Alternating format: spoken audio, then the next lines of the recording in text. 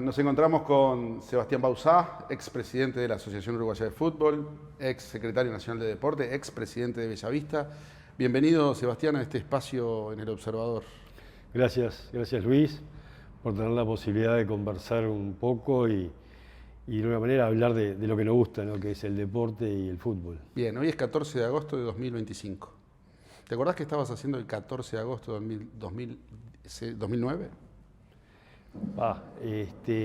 Año... ¿Te puedo ayudar? Sí. Ese día fuiste electo presidente de la Asociación Uruguaya de Fútbol por primera vez. La verdad que no lo tenía esa fecha. 17 votos, sí. En 17 te eligen formalmente, estabas en forma transitoria, por primera vez como presidente de la Asociación Uruguaya de Fútbol.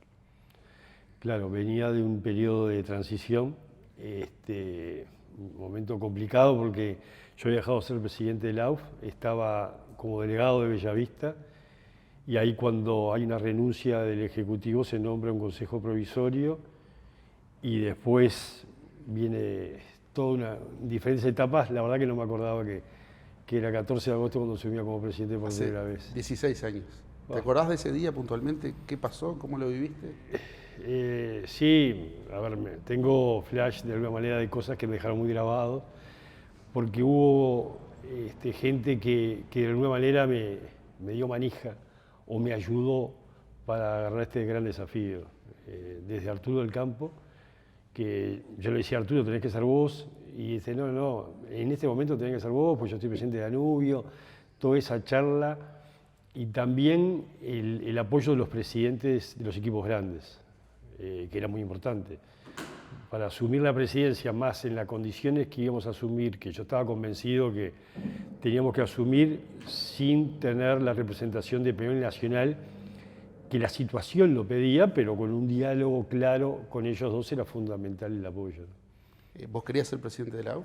No, la verdad, vos me decís, todo el mundo que es dirigente quiere ser presidente de la AUF. No, yo quería ser presidente de Bellavista porque lo mamé de chico. Mi padre fue, 25 años presidente de Bellavista y lo que más hizo mi padre fue ser presidente del Colegio de Árbitros en la época del campo, pero nunca soñé en ser presidente. Lo veía lejos, pero bueno, a veces en el momento uno termina amando mucho lo que es el fútbol y la AUF. La sensación, la importancia que tiene el fútbol para el país es muy fuerte, ¿no? Digo, y a veces ciertos problemas políticos te traen a tomar decisiones que tal vez, si lo pensás con tu familia te dicen que no, pero bueno, las decisiones uno lo toma y la verdad que no me arrepiento de nada. Nacional y Peñarol van a marcar la historia del fútbol uruguayo siempre, pero vos diste el primer paso para poner a Nacional y Peñarol en otro lugar, ¿sí? ¿Cómo fue o por qué decidiste en ese momento dejar a Peñarol y a Nacional y a Peñarol fuera de gobierno, por primera vez fuera de gobierno de la AUF? Yo creo que las condiciones, y esto estalla con el famoso partido de Villa Española Nacional y los famosos puntos, el doctor Prudente como árbitro que hizo un libro hace poco y me pidió que escribiera porque siempre me dice que y yo soy presidente gracias a él. De alguna manera era necesario que Peñarol y Nacional dieran un paso al costado, bajaran un cambio para continuar con el fútbol. Y creo que, bueno... ¿Por qué? Y porque era una pelea continua, desde dentro del Ejecutivo hasta en los tribunales. ¿Y eso qué generaba?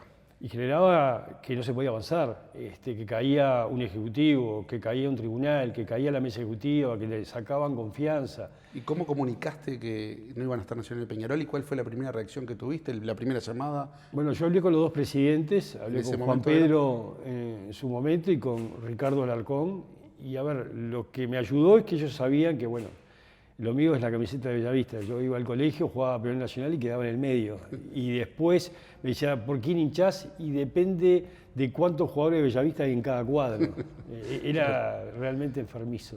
¿Pero te llamaron y te dijeron, sí, mirá que te vas a tener corta vida en el fútbol? No, al revés. Lo hablamos porque aparte también no hay que olvidarse que la selección estaba jugando una eliminatoria muy complicada. Yo debuto en el partido con Perú, allá en Lima. En septiembre del 2009. En septiembre que perdemos. 1-0. Y ahí se acababa si no dábamos la vuelta después del triunfo con Colombia. Y bueno, después toda la historia está, pero yo ahí nombré un ejecutivo provisorio en la cual yo pedí a Lucas Blasina, que era vicepresidente, y después representante uno del interior y 2 más de clubes, y un poco un ejecutivo provisorio, para ver qué pasaba. Y por lo menos los temas de Nacional y Peñarol, ellos estaban tranquilos que bueno, yo no iba a tomar ninguna decisión para ayudar a uno a otro, que íbamos a ser totalmente objetivos y lo que íbamos a hacer es cumplir este proceso de selección, tratar de clasificar el Mundial y enderezar de alguna manera lo que era terminar el campeonato y comenzar un cambio que era importante, que eso nos llevó a tener contacto con la FIFA y comenzar a traer gente que ha tenido experiencias en derecho de televisación, que es el gran tema de la Asociación Uruguaya de Fútbol. Michael Boyce, me acuerdo que lo traje de Chile, que él había llevado al canal de Chile para escuchar experiencias que a veces los clubes lo entienden de buena manera y hay otros que ya están desconfiando que hay algo atrás. Creo que la llegada de Michael de alguna manera mostró que hay otra manera de vender los derechos de televisación, que estaba la posibilidad de poder generarlo la AUF misma, aunque la AUF no estuviera preparada, pero bueno, ser socio. Después vino gente de FIFA a decir, a ver, vos lo mismo lo decías, me votaron 17 clubes. 17 en 17. Está, pero es muy poco. Ahí no están los votos de la B, no están votos del interior, no están votos de... y después hablamos de los porcentajes, pero digo, ser presidente de la AUF es ser presidente del órgano que rige el deporte uruguayo. Y es poco, 17 equipos, ¿no? Hablabas de la desconfianza. Pasaste por todo como presidente de Bellavista, presidente de la Asociación Uruguaya de Fútbol, estuviste en cargos de real valía en el gobierno uruguayo. ¿Por qué el fútbol está asociado siempre con la desconfianza? ¿Cómo lo ves hoy después de haber pasado por todos esos lugares? Y ahí se maneja muchísima plata y a veces dicen, tienen que cobrar sueldo. Eso depende de cada uno, puede cobrar sueldo y cada vez querer recibir más dinero y seguimos con la desconfianza igual. Creo que el dirigente de fútbol, nosotros dimos un paso también para mí importante, fue que los dirigentes de fútbol no estamos preparados para todo. Podemos saber de fútbol, pero no sabemos de derecho de televisación, no sabemos de negociación y te enfrentás de alguna manera con gente que está 24/7 trabajando en esto. Y por eso cuando hicimos nuestro primer contrato, contratamos una consultora. Contrato de televisión. De televisión. Sí.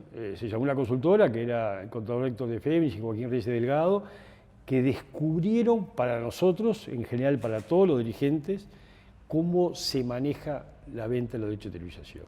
Y creo que fue muy importante, porque no solamente se dio un salto del valor económico, sino se empieza a decir, bueno, esto vale más el fútbol uruguayo, ¿no? Eran los derechos de la eliminatoria, donde se dividen la venta al exterior y lo que se televisaba acá dentro de Uruguay, entonces empezás a conocer un mercado y un negocio que no teníamos ni información, y ahí fue muy transparente, ¿no? Digo, hasta me acuerdo que Héctor me decía, toda la semana tengo que ir al AUFA para contarnos paso a paso cómo vamos, y sí, le digo yo, porque yo no quiero que quede, porque va a ser un paso muy importante, no que quede nada que la gente pueda desconfiar, ¿viste? Y hasta eso no nos ayudaba, ¿no? Porque a veces hablábamos de la misma estrategia, ¿no? ¿Hoy existe menos desconfianza? ¿Hoy sentís que en el fútbol se desconfía menos del dirigente de fútbol? Porque en definitiva, ¿de quién se desconfía? Del dirigente, ¿no? Porque sí. del jugador no se desconfía. No, del entrenador tampoco. Claro. Se desconfía del dirigente. Yo creo que el problema es que hay una fractura tan grande que ya existía, y la verdad que cuando me fui de la asociación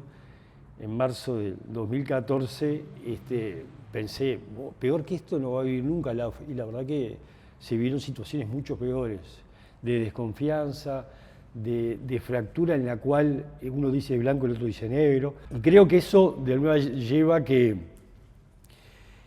sea muy difícil avanzar, porque hay intereses de todo tipo, y eso está mal, porque yo, a ver, estos días escuchaba que estamos cerca de la licitación, pero va a empezar un tema que todos tienen razón. Por un lado, Peñarol y Nacional quieren recibir más dinero que los otros clubes, porque bueno, todos los domingos se ve Peñarol y Nacional, se ve más gente, ven esos partidos que los otros equipos. Pero bueno, todos tienen el mismo voto, todos tienen los mismos ingresos, tal vez hay que buscarle, como se buscó en otro momento, el tema del marketing para que pueda desarrollar, pero siempre hay intereses. En los clubes hay, también hay en los jugadores ¿por qué están luchando? Por recibir más dinero, por el famoso derecho de imagen, como los árbitros o los técnicos. Entonces, ahora la familia se agrandó, el dinero también se agrandó, pero hay que llevar a una distribución que va a traer complicaciones como trajo hace 15 años. ¿Y hay alguna receta para evitar que se dividan más o que el conflicto genere más problemas? Yo creo que como toda negociación tiene que ser transparente y tiene que ser un diálogo claro, un diálogo de decir, mirá, nosotros queremos esto, y no mandar mensajes continuamente por terceros que no apoyan. Y para mí es entendible que Peñarol Nacional quiera más dinero, que los otros clubes quieran más plata, porque también necesitan, que los jugadores, que la Mutual, pero la Mutual jugó un papel muy diferente a lo que jugó en mi época, a lo que está jugando ahora, en la cual está defendiendo a los clubes y defendiendo el hecho de imagen, como también tienen que hacer los entrenadores.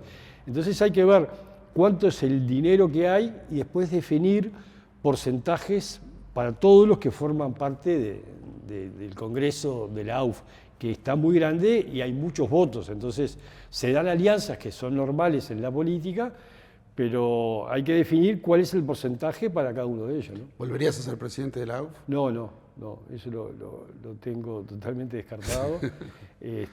Aparte, ya es una promesa familiar y una decisión de vida. ¿Nada te lo cambiaría? No, nada, porque... Aunque por delante vieras que tenés la oportunidad de hacer una segunda revolución como dirigente, porque la primera fue, vos en realidad continuaste todo un proceso que había empezado con Corvo, ¿verdad? Y que había tenido toda una etapa de transición. ¿La seguiste vos o la sentaste vos?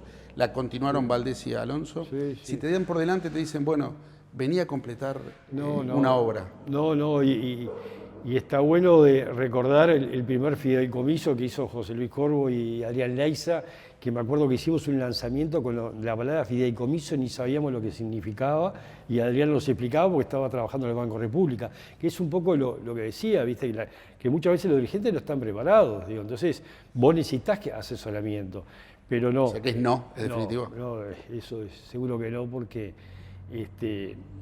pasé años muy complicados, años que me afectó mucho la parte de la salud. ¿Qué? Bueno, la famosa, a partir de ahí tuve una erisipela que recién por suerte me abandonó estos últimos años. ¿Ah, sí? Me bajó el pico de estrés, pero antes me tenía que estar inyectando benzetacil, el famoso partido con Jordania, que era una fiesta. Yo estaba en mi casa. Noviembre de 2009. Sí, estaba en mi casa con la pata en alto, toda la pierna roja, tomando benzetacil porque no pude ir. Ahí fue por cuando un pico empezó, de estrés. Ahí empezó la erisipela. Ya había tenido 2 o 3, pero ese aflojé y bueno. ¿Y hasta ahí nunca te había ocurrido? Nunca. ¿Y la salud hasta ese momento, tu salud había sido sana? Sí, porque soy una persona que en general me cuido bastante, las comidas, haciendo deporte, pero bueno, el pico de estrés se dio por ahí, ¿no? Y aparte, creo que está bueno, hay otras maneras de ayudar el deporte. Creo que la experiencia en la Secretaría de Deporte me sirvió para sacarme la mochila del fútbol, porque uno viene del fútbol y uno es dirigente de fútbol, y ver otras disciplinas, ver las necesidades que hay, ver la realidad que hay en el interior, la realidad de las plazas de deporte, y cómo se puede hacer cosas fuera del fútbol para ayudar al deporte y para ayudar al fútbol también, ¿no? Bueno, pasaste por el fútbol y viene este salto a la Secretaría Nacional de Deporte. ¿Qué te dejó pasar por el gobierno? A ver, son de las experiencias más lindas que uno puede tener, porque bueno, estás manejando lo que es el órgano más importante del deporte uruguayo, con una relación que yo siempre digo, en mi auto jamás hubo una calcomanía ni de Aparicio ni del Partido Nacional, en mi termo tampoco, aunque tomo poco mate, nadie sabía qué partido era. El presidente Luis Lacalle me vino a buscar en el otro mandato para ser candidato a intendente y yo había dejado recién las elecciones y le dije que no, pero ahí comencé una relación muy linda con el presidente, que a él le interesaba mucho lo que es el deporte, porque es un gran deportista y para él que yo trabajara en todo el deporte estaba bueno, y ahí me junté, con diferentes estamentos del gobierno, ¿no? De salud pública, desde el MIDE, con las intendencias, ver qué pasa con el deporte y cómo lo podemos ayudar, y creo que fue una de las experiencias mayores que con la AUF y la Secretaría de Deportes fue lo mejor que me pasó en la vida, ¿no? ¿En qué fue enriquecedor? ¿En el aspecto humano? Sí, sí, humano totalmente. Hay programas de la Secretaría que te dan a conocer una realidad diferente al que vivía acá en Montevideo. ¿Cuál es esa realidad? Y bueno, desde el manejo de lo que son las plazas de deporte. Vos tenés 100 plazas de deporte que en el interior es el único lugar donde pueden hacer deporte. Tenés unos juegos escolares que se dan en todo el país, que los chicos primero clasifican en su liceo, después clasifican en su departamento, después en su región, después vienen a Montevideo o van a Paysandú en deportes colectivos o en deportes individuales para poder viajar a los juegos escolares, donde vos vas a las plazas de deporte, y me acuerdo siempre ir a Tomás Gómez Soro, y había lanzamiento de jabalina y hacían lanzamiento con un palo escoba. Entonces digo, esa competencia es totalmente anormal. Cuando no hay pelotas o cuando ibas a las escuelas o a los liceos a llevar este tipo de disciplinas, que ibas con profesores de diferentes federaciones y los chicos hacen deporte con los zapatos o lo que tienen que estudian. Cuando llegaste, me quiero tener en esa situación de Tomás Gómez Soro. Llegás a Tomás Gómez Soro, en un pueblo, pueblo de Artigas, ¿no? Sí, No sé, sí. pueblo, ¿está bien? Sí, sí, totalmente. Un pueblo de Artigas.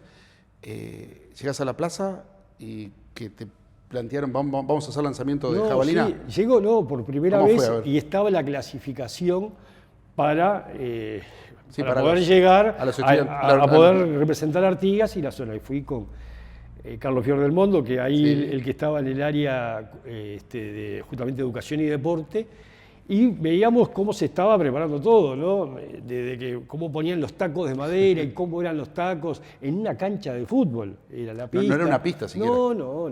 Era una pista improvisada. Sí, una cancha de fútbol que no sé si tenía los dos arcos, ¿está? Claro. Que en la cual preparaban los 100 metros, que preparaban el lanzamiento de jabalina, y cuando empiezan a traer los instrumentos uno no lo puede creer, ¿no? Porque una cosa es que lo cuenten y otra cosa verlo ahí. Vivirlo. Y yo le dije a Carlos, vos, tenemos que dejar algo. Y para el año que viene vamos a comprar un set de jabalina, de bala, de todo lo que sea atletismo para dejar en cada departamento. ¿Y quedó? Quedó, sí. Quedó y la verdad que también dejamos acá en la pista del atletismo de Montevideo. Se trajeron creo que 20 y pico para repartirlos. Y también nosotros teníamos, en la época de la pandemia, que también fue de las experiencias más duras, nosotros trabajamos ahí con una agrupación que era Unidos para Ayudar, con ONFI, y utilizamos de alguna manera, bien dicho, el baby fútbol para repartir canastas, ¿tá? A todos los clubes de baby fútbol. Y ahí también me sirvió para conocer, juegan 60 o 70 mil niños y niñas al baby fútbol, pero los otros deportes no hacen nada. Bueno, vamos con un programa en las escuelas y también en baby fútbol. Y ahí, Ese fue un cambio enorme, ¿no? Sí, fue un Porque cambio, sí. todos los deportes tuvieron la posibilidad de aprender. llegar a toda la población. Claro. Y aparte ahí está, a ver, porque todos los jugadores de fútbol que conocemos pasaron por un club de baby fútbol, eso seguro. Sí. Pero los juegos escolares, pasó una Débora Rodríguez, pasó una María Pía, Aranda, que hoy está triunfando, corría de boina. Yo no podía creerlo, ¿viste? Porque claro, corre como corre en la calle. Es decir, necesitas de alguna manera prepararlo y hay un trabajo que se tiene que hacer, ¿no? Digo, yo siempre digo que profesor de educación física debe haber cero desocupación, porque todos tienen trabajo. Claro. Y en las plazas de deporte no estaba pasando, que se estaban jubilando los profesores y faltan profesores nuevos. Y creo que la competencia es muy buena. Tratamos de llevar adelante que ojalá que se mantenga un campeonato de básquetbol 3x3 en todo el país, que fuimos a departamentos que no había árbitro de básquetbol para jugar 3x3, tuvimos que hacer curso online, llevamos pelota, piso, yo creo que hay mucho para hacer. ¿Vivimos pensando en Montevideo? ¿Somos un Sí, país sí, que le da la espalda al interior? Y vos tendrás a lo mejor la cifra de memoria, el porcentaje, si querés hablar de fútbol, de cuántos jugadores vienen del interior de la selección y cuántos juegan. Estamos en 60 del interior, 40 de Montevideo, o en el mejor de los casos para Montevideo es el 50%. Sí. Y ¿sabes lo que pasa? Y a veces a mí me preguntaban, ¿por qué el secreto del fútbol? porque de alguna manera estos 60 o 70 mil niños y niñas que juegan al fútbol, la base es muy amplia, mientras que en las otras disciplinas no, porque tienen que dejar el fútbol muchas veces, porque es gordito, va a jugar al rugby, o hace lanzamiento de bala, o porque corre mucho, va al atletismo, o hace natación. Entonces, darle la oportunidad que el niño pueda elegir, o puede elegir una carrera, pueda elegir un deporte, ¿no? Hablabas de momentos especiales, imagino de situaciones que de alguna forma te marcaron, como el lanzamiento de bala con un palo de escoba. ¿Alguna otra situación que te haya de alguna manera dejado una marca de vida, ¿no? En esos 5 años en el gobierno? Yo creo que la pobreza. Sí, cada vez que uno iba al interior, veía a los niños en las condiciones en las cuales hacían deporte, ¿no? Digo, siempre yo decía que tenía un sueño, ¿no? Digo, algunos los pudimos hacer y otros no. Esto viene de un proceso de muchos años y se va a continuar, porque creo que el que agarra el cargo de secretario de deporte es porque le gusta el deporte, ¿no? Yo qué sé, tal vez a veces pasa que es ministro de Defensa o ministro del Interior o trabajan en el MEDES también necesitas darte cuenta de la importancia que es el deporte, que el deporte es un derecho y tenés que llevarlo adelante de cualquier manera, ¿no? Ver esos niños que no tenían ni championes para entrenar o no tenían que jugar al deporte que le estábamos haciendo de la túnica y moña, ¿no? Digo, y las ganas que tenían los chicos de hacer deporte y lo importante que era en la charla con las directoras de las escuelas o las maestras que decían, gracias a esto los chicos se quedan más tiempo en la escuela y no están en la calle. Entonces hay todo un trabajo social que creo que es muy importante. Yo siempre digo, ¿no? Por cada peso que invertimos en el deporte nos ahorramos 4 o 5 pesos en problemas de salud. Sí. Y eso hay que saberlo. Y no necesitamos un presupuesto tan grande. Con pequeñas cosas podés solucionarlo. Por supuesto que necesitas gente capacitada, pero también necesitas pelotas, jabalinas, balas o mejorar la infraestructura deportiva, que estamos lejos, ¿no? Acá los atletas se iban a entrenar afuera porque la pista estaba en muy malas condiciones. Bueno, hoy la pista es algo que quedó a nivel profesional espectacular. Claro, un paréntesis por eso, ¿por qué demoró tanto en construirse la pista? Porque me acuerdo en las charlas que decías en 6 meses está pronta, la inauguramos el mes que viene y llevó un año y medio. Nunca pensamos que el contrapiso estaba tan mal. Después, para cuidar la pista, nos recomendaron poner un sendero al costado para que la gente que fuera a utilizar la pista no la tuviera a usar.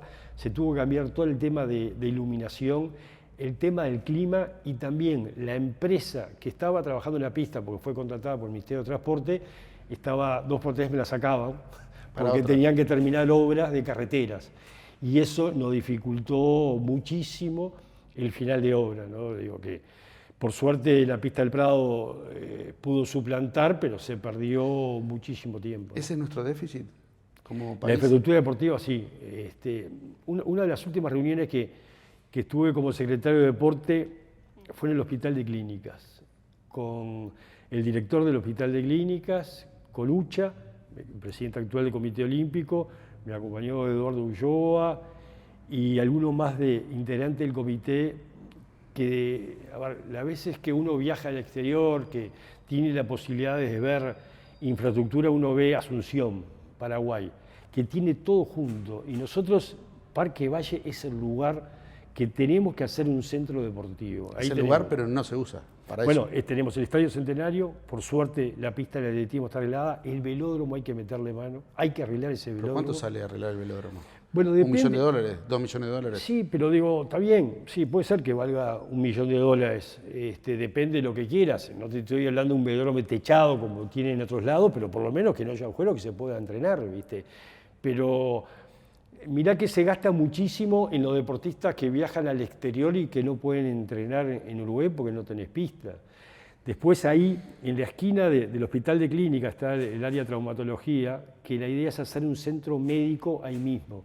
La verdad que estaba bueno que diferentes áreas nos juntáramos para pensar, vamos a sacar esto adelante, hacer una piscina olímpica. Nosotros pudimos, ¿Punta del Este? Bueno, pudimos inaugurar la piscina de 25 metros de 10 andariveles, que la hicimos con la Intendencia de Maldonado, que fue el que hizo la principal inversión, pero la piscina de 50 metros tiene 8 andariveles. Ya para eventos internacionales, 8 no te sirve. Y claro, te quedás y ya te supera el agua. Pero hacer ¿no? una piscina hoy ya no es, en el mundo no es como la tendencia, porque montan sí. la piscina para el Sí, evento. sí. Bueno, tuve la suerte de estar en los Juegos Olímpicos de París y tenían una piscina atrás por las dudas que tuvieron problemas. La primera, ¿no? Sí. Entonces digo, esas cosas se han abaratado. Digo, como se ha abaratado antes, me venían a filmar con el camión abajo y la cámara acá arriba del hombro. Hoy ahora se resuelve con un teléfono. Se resuelve sí, es posible. mucho más fácil, ¿no? Y la tecnología ha avanzado para todos. Claro, pero en ese escenario de infraestructura, ¿cómo te imaginás? Y al mismo tiempo te pregunto, ¿puede ser un desafío para vos en este tiempo que te pueda quedar en el deporte? Sí. Trabajando de alguna manera, yo creo que, a terminar de cerrar ese círculo, Parque Valle, Centro Deportivo de Montevideo. A ver, yo creo que hay gente de todos los partidos políticos que tiene buenas intenciones y trabajar para el bien del deporte.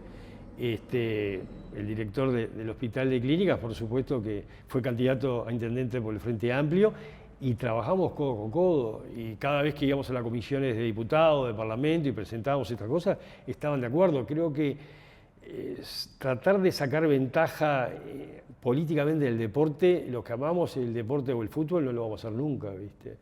Entonces yo creo que se puede hacer mucha cosa. Hemos estado trabajando un poco en apoyar primero el tema de la violencia del deporte y también darle la importancia a la camiseta celeste, que no solamente es la camiseta que une a todos los uruguayos, sino que nos representa en el deporte, y que todos los niños y niñas de este país sueñan en ponerse la celeste en la disciplina que sea y en el lugar que sea. Uno escucha ahora los reportajes de lo que han obtenido medalla en estos Panamericanos de Asunción y siempre está lo mismo, ¿no? Soñé en vestir la celeste, de defender los colores de mi país. Entonces yo creo que ese valor hay que trabajarlo. ¿De qué manera? ¿Y de qué manera? Apoyando económicamente a las otras disciplinas, apoyando a que los niños de las escuelas puedan tener ropa deportiva y puedan practicar más horas de deporte que realmente hacen ahora. Vos decías, perdóname que te corte, pero decías que en las escuelas hacen de túnica y moña la actividad física. Claro, porque van al recreo, le dan una pelota y dale que da, pero digo, no es recién con el programa Vamos Equipo se quedan después del horario de clase a hacer deporte, pero muchas veces lo hacen con la misma ropa que usaron. Claro, la misma ropa que están en el salón de clase, que no es lo adecuado. Y a veces con los mismos zapatos.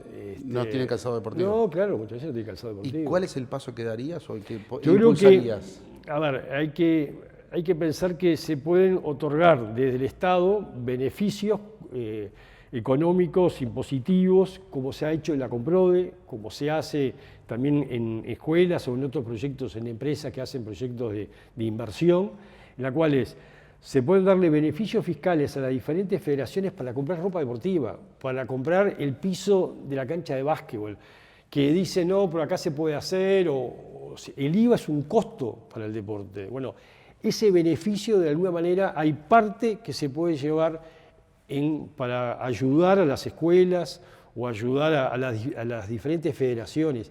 Y también al fútbol, no estoy hablando de los otros deportes, el fútbol le pasa lo mismo.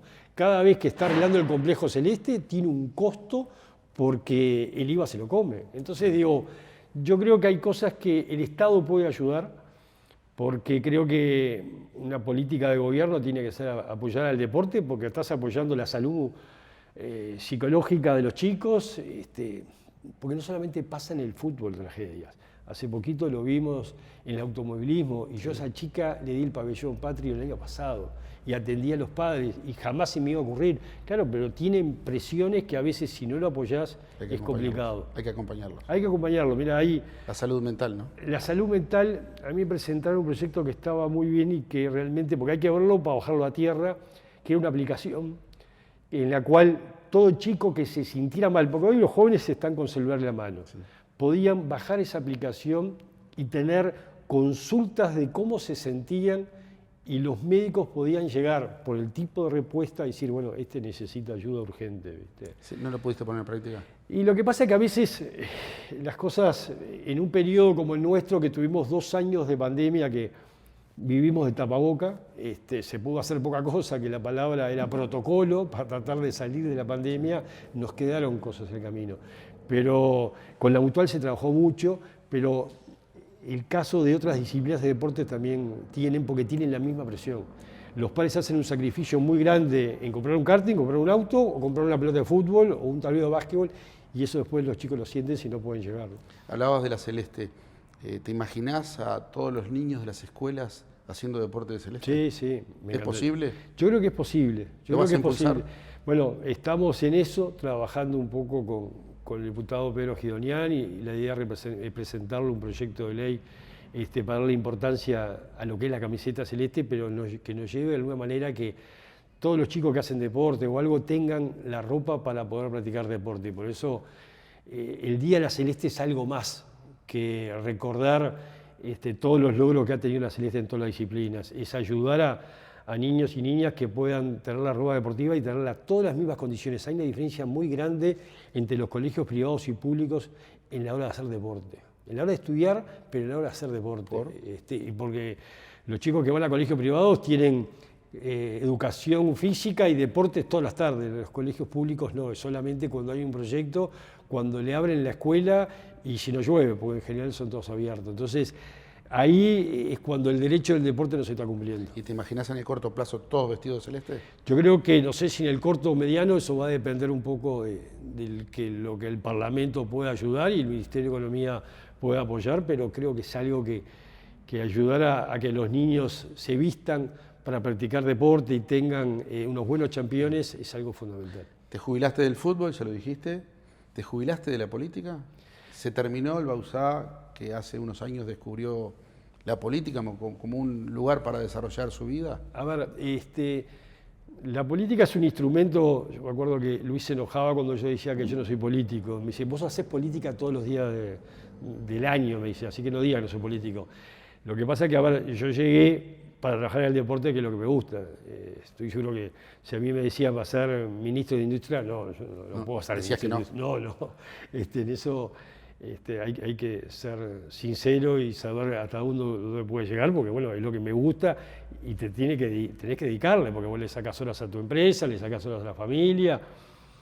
Entonces yo creo que la política puede servir para tener una sociedad más sana y mejor. Y para mí, para tener una sociedad sana, el rol del deporte es fundamental, porque va a ayudar a la salud de todo tipo. Entonces, tal vez ahí podamos ir trabajando sin tener un cargo. Se puede trabajar desde ayudando, de comisiones. Yo creo que lo que va a ser el Mundial en el 2030 va a ser muy importante para este país y creo que también nos tendría que unir, porque más allá de un partido hay un legado que tenemos que dejar desde el punto de vista del turismo, desde el punto de vista de la infraestructura. Hay mucha cosa para trabajar. Bien, hablaste de la calle Pou varias veces, lo mencionaste. Imagino que representa en tu carrera política un referente, alguien que te marcó. Pero quería detenerme particularmente en esa primera charla, allá por el año 2015 ¿fue? Sí. ¿Ya estabas afuera de la AUF? Sí, sí. ¿Dónde fue, cómo fue y qué pasó? No, sí, me llamó por teléfono. Vos estabas lejos del fútbol, estaba lejos estabas del fútbol, totalmente contaminado por el fútbol, sí, ¿no? Sí. No querías saber más nada con me nada. Había ido en marzo del 14 y estaba diciendo no quiero más nada con esto. Y ¿Suena por el teléfono? medio de Arturo del Campo, Javier García, que eran amigos, le pide el teléfono y me llama para venir a casa para poder conversar en qué estaba y si me interesaba. Y ahí yo lo descarté y me dijo, no me contestes ahora. No, yo candidato a intendente no quiero ser, porque en ese momento... ¿Te ofreció directamente la intendencia? Sí, me ofreció la intendencia para ser candidato a intendente del Partido Nacional. Y dije, no, mirá, no estoy preparado, recién salgo del deporte, déjame de alguna manera formarme y sacarme un poco todo lo que tengo arriba en la cabeza, ¿viste? Pero seguimos teniendo charlas, por supuesto que no fui candidato en esa del Partido Nacional, después en la otra elección otra vez vino de vuelta y ahí ya estaba la coalición multicolor, entonces también otros líderes también me llamaron, pero candidato a intendente no me veía en el cargo, pero sí ya empecé a trabajar en la mesa chica, vamos a decir, donde estaba Palo Bartol, donde estaba Nicolás Martinelli, y trabajando directamente con el candidato a presidente. Sin darte cuenta te pusieron adentro. Sí, de alguna manera, claro, uno se va dando cuenta que lo importante que es la política y lo que podés ayudar, ¿no? Que eso está bueno, yo qué sé, creo que si tenés la posibilidad de tomar decisiones como me pasó, es lo mejor que te puede pasar. ¿Y cuándo te diste cuenta que estabas adentro y que ibas a ser el ministro o el secretario de Deportes? Vos sabés que cuando ganan las elecciones, la calle, cada uno festejaba, cada uno se fue para sus casas, y pasaban los días, me dice, chico, ¿qué vas a hacer? No, yo ayudé, ya estoy. Digo, Se cumplí. Y cuando me llama, me acuerdo, en la sede de Boulevard Artigas, y Luis me dice, mirá, quiero que seas secretario de Deportes. No, pero conmigo tiene que ser cumplido. Le digo, ¿viste? Mirá que claro, yo estoy bien, digo, ojalá que le vaya bien, esto y lo otro. Bueno, me dio la posibilidad, y bueno, y ahí fuimos. Y ahí entras al mundo de la política. ¿Te costó decir, ¿no?, que sí? ¿Vas a ser No, el ministro y aparte del todo el mundo me decía, ¿y pero qué ibas a hacer? Si trabajaste toda la campaña, tenés que seguir ahora, ¿viste? Pero claro, ahí entras al mundo de la política cuando tenés una coalición y tenés que empezar a negociar, más que nada al presidente, para integrar una secretaría con los diferentes partidos políticos, porque yo había trabajado mucho en la Comisión de Deporte del Partido Nacional. El programa de Ondi, el programa de Vamos Equipo, fue llevado y adelante, pero después había que venderlo, vamos a decir, al resto de la coalición para apoyarlo. Había claro, que bajarlo a tierra. Y todo eso costaba, pero bueno, la verdad que se convenció. Y te digo más, nosotros en la ley de urgente consideración, que fue muy discutida, se presentaron varios artículos para ayudar en la famosa lista negra, en la famosa articulación porque antes estaba la lista negra, pero nadie sabía quién lo llevaba, cuándo eran las sanciones de 1 mes, 6 meses, 5 meses, 1 año. Ahí se trabajó bastante y lo aprobó todos los partidos políticos. Y todos los partidos políticos, cuando nosotros hicimos la policía tiene que volver a entrar al estadio, estaban de acuerdo. Es decir, entonces es lo que voy. El deporte, cuando tratás en el error, en el acierto, pero pensás y con la experiencia aplicás que se pueda hacer lo mejor posible, la gente te apoya y te ayuda, ¿no? Vamos cerrando, y planteaste un tema que hoy está en todos lados, que es la violencia en el deporte. Después de haberlo vivido de los dos lados, como presidente de la AUF y ministro o secretario de Deportes, ¿tenés una solución para el problema? Mira, solución es difícil porque la sociedad uruguaya estamos viviendo momentos de mucha violencia. Lo que pasó en Toledo no lo podés referir al deporte, porque estén mirando un partido que quieran robar una bandera, algo totalmente fuera de lo normal, ¿viste? Pero digo, yo creo que hay decisiones que se tienen que tomar. Nosotros trabajamos en el enero del 24 con Martinelli, con gente de presidencia, para presentarle a la AUF ciertas medidas que nos parecía importante tomar. Y mucha gente puede estar en contra. Anteayer, esta semana, vimos el partido de Peñarol Racing. Sí. ¿Había banderas grandes? ¿O pasé un partido de la Champions con una banderita, la gente de la tribuna, donde se veían las caras de todos, donde nadie se escondía, donde no pasó nada grave? Y fue una fiesta igual, donde se tiraron los fuegos artificiales afuera, y los partidos de las finales de la Champions, y son así. Porque, ¿por qué te querés tapar? ¿Por qué querés esconderte? ¿Por qué querés cambiarte de ropa? Ya eso es porque estás pensando que vas a generar violencia. Bueno, por supuesto que los violentos no tienen que entrar, la policía tiene que estar. Primero, es respetable. A mí, cuando yo era chico, iba a la Bellavista y si insultaba al juez, un policía se daba vuelta, me miraba y me callaba la boca. Por supuesto que ahora las cosas cambiaron, pero si saben que la policía está acá, si vos ven que te cambiaste la ropa, que te tapás o agarrás una bengala, tal vez en ese momento puede ser que genere violencia. Pero tiene el mismo efecto hoy la policía frente a esas situaciones que en tu época, ¿no? Pero a ver, tuvimos 1 mes para ver quién tiró la bengala. Sí. Es decir, había 16.000 personas en la tribuna y nadie lo vio. ¿Ah? Bueno, la tiró desde abajo de una bandera, ¿no? Claro, estaba pero escondido. A ver, si no hay banderas y si hay policías, vamos a llamarle infiltrados, en la tribuna, tal vez esa bengala la tiraban, pero afuera, cuando salían, lo agarraban porque ya estaba identificado. No esperaban 1 mes, no pasaba 1 mes. Porque yo entiendo que me decís, sí, pero si la policía entra en ese momento puede generar violencia porque es todos contra la policía. Y eso te lo dice, porque hemos tenido charlas importantes con la policía. Pero el estar identificado y saber la hinchada que hay policía al lado tuyo sentado, la cosa cambia. O sea que la policía sí tiene que estar. Tiene que estar dentro de los sí, estadios. Bien. Estamos acá en el salón, para poner un poco de contexto y que puedan entender, estamos en el salón principal de la cafetería León d'Or. Sí, Bien. ¿Quién estuvo acá? sentado? Yo digo que A ver. las historias del León d'Or van de la época de mi viejo. Mi viejo fue al Mundial de Maracaná, así que venía Máspoli los domingos de mañana, al Cide Gigia y varios jugadores de esa generación. Después pasaron los técnicos de Bellavista, del Pulpa Chemendi, Añulo, que ganaba, cuando ganaba tenía que venir antes acá a almorzar y lo hacía dejar a mi viejo que bueno, Sergio Marcarián, no quiero contar 10.000 anécdotas, pero la señora de Marcarián, y lo puedo contar porque lo hablamos con Sergio, vino un día a gritarle a mi padre porque lo había hecho renunciar de la empresa que trabajaba Sergio para que se dedicara al fútbol. Y la señora de Sergio le dijo, mirá que si algún día pasamos hambre vos vas a ser el culpable. Le dijo la señora a tu padre. Y después, bueno, tuvo Tavares, después para acá en el tiempo, Tavares. Desde el maestro Tavares, desde Casal, hemos tenido reuniones acá, desde todos los ejecutivos, de la misma manera cuando teníamos que resolver y escondernos un poco de ustedes, bueno, teníamos el salón de arriba o el escritorio, veníamos a charlar, y yo creo que es parte de lo que es el uruguayo, ¿no? Digo, el tomar el café, el conversar es la mejor manera de poder arreglar los problemas. Hace 16 años asumías como presidente de la AUF. Cuando mirás para atrás y te quiero mostrar una foto, cuando ves a esta persona que... ¿Qué sentís? Que era un niño. Hace 16, tenías 48, sí, 47. Sí, era en aquel momento, la Nacho me ganó, uno de los presidentes más jóvenes de la Asociación Uruguaya, que ha sido la Asociación Uruguaya de Fútbol. ¿Te emociona? Me emociona mucho, sí, porque bueno, esa corbata todavía la tengo. ¿La usás? Sí, la uso porque para mí los colores celeste y los colores negro de la camiseta me marcaba mucho, ¿no? Digo, y fue una responsabilidad donde mucha gente me dijo, estás loco, donde mis hijas no estaban muy convencidas y mi señora tampoco.